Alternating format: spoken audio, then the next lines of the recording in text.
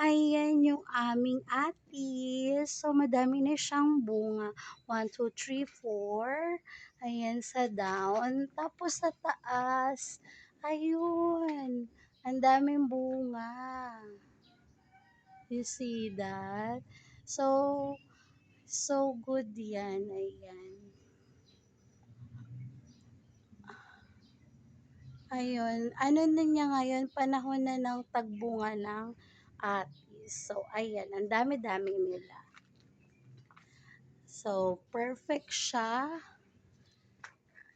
Ayan o. Perfect look. Ang daming bunga sa taas. So, ayan, flex ko lang ang atis. That's all for today's video. Thank you for watching. Bye!